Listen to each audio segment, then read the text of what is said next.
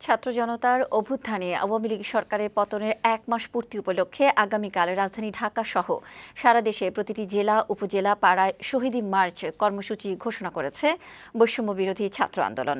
দুপুরে ঢাকা বিশ্ববিদ্যালয় টিএসসি প্রাঙ্গণে সংবাদ সম্মেলনে এই কর্মসূচি ঘোষণা করেন বৈষম্য বিরোধী ছাত্র আন্দোলনের সমন্বয়ক সার্জিস আলম।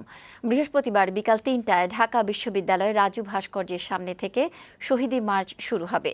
রাজধানী কারওয়ান বাজার ধানমন্ডি ৩২ নম্বর দিয়ে সংসদ ভবন ঘুরে ঢাকা বিশ্ববিদ্যালয় ক্যাম্পাসে এসে শেষ হবে শহীদ মার্চ। সংবাদ সম্মেলনে সার্জিস আলম বলেন, জনগণের টাকায় কেনা গুলি দিয়ে জনগণকে মারা হয়েছে। আরেক সমন্বয়ক হাসনাত আবদুল্লাহ বলেন, আওয়ামী লীগের কোনো দল ছিল না, ছিল ধর্ম। আওয়ামী লীগ দেশের সংবিধানকে হরণ করেছে, আর কাউকে বাংলাদেশে ফ্যাসিজম প্রতিষ্ঠা করতে দেয়া হবে না বলেও জানান তিনি। এই যে ৭২-এর যে সংবিধানটা প্রণীত হয়েছিল, এই সংবিধানটা কিন্তু একটা জাতীয় সংবিধানের জায়গায় সেটা হয়ে গিয়েছিল কি আওয়ামী লীগের সংবিধান।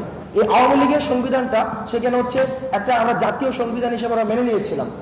আওয়ামী লীগের সংবিধানটাকেই আমরা বাংলাদেশি সংবিধান হিসেবে ধরে নিয়েছিলাম।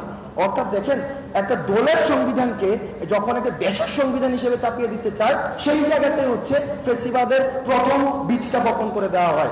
রাজু ভাস্কর্য থেকে শুরু করে নীলক্ষেত হয়ে নিউ মার্কেট, কলাবাগান, এরপরে ধানমন্ডি পার হয়ে মালিক মিয়া এভিনিউ হয়ে, অর্থাৎ সংসদ ভবনের সামনে দিয়ে ফার্ম গেট, কারওয়ান বাজার, শাহবাগ, আবার রাজু ভাস্কর্য হয়ে আমাদের জাতীয় শহীদ মিনারে গিয়ে শেষ হবে।